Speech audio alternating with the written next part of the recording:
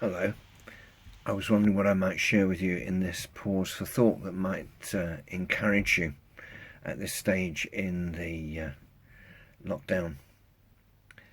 It seems to me it's harder at the moment, even though an end is in sight, because of the uncertainty about on what date we'll be allowed to do what new things.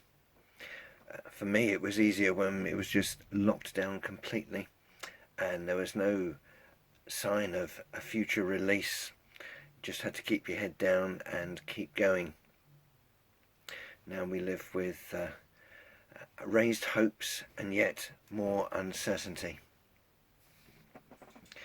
I heard it in a sermon the other day that this comment that actually at the moment survival is success.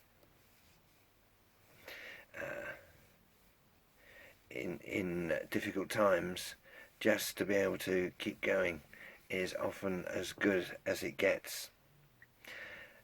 At a time when it's difficult, the watchword is persevere, hang in there, keep going.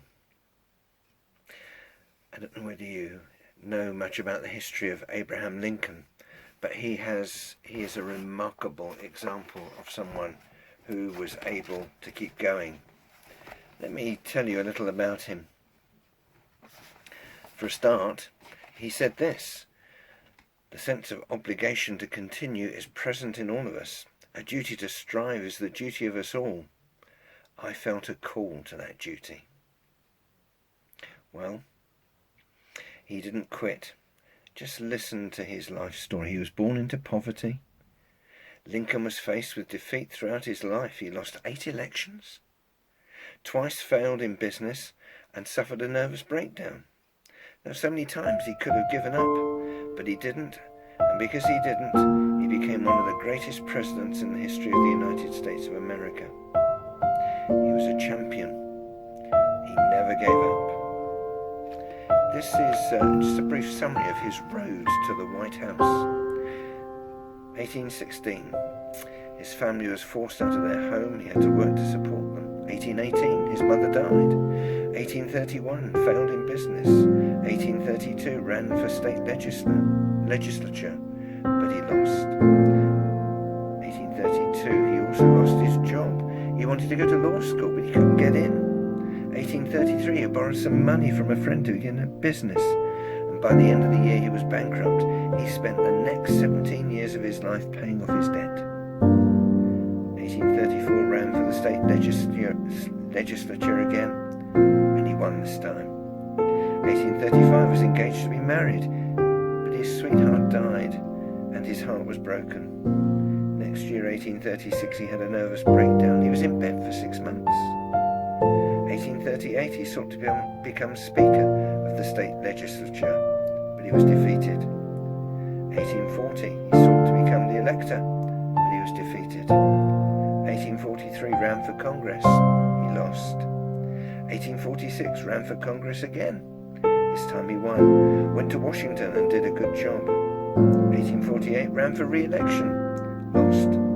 1849, sought the job of land officer in his home state. He didn't get it. 1854, he ran for the Senate of the United States. He didn't get in. 1856, he sought the vice presidential nomination at his party's national convention, and he got less than 100 votes. 1858, he ran for the Senate again, and again he lost. 1860, he was elected President of the United States.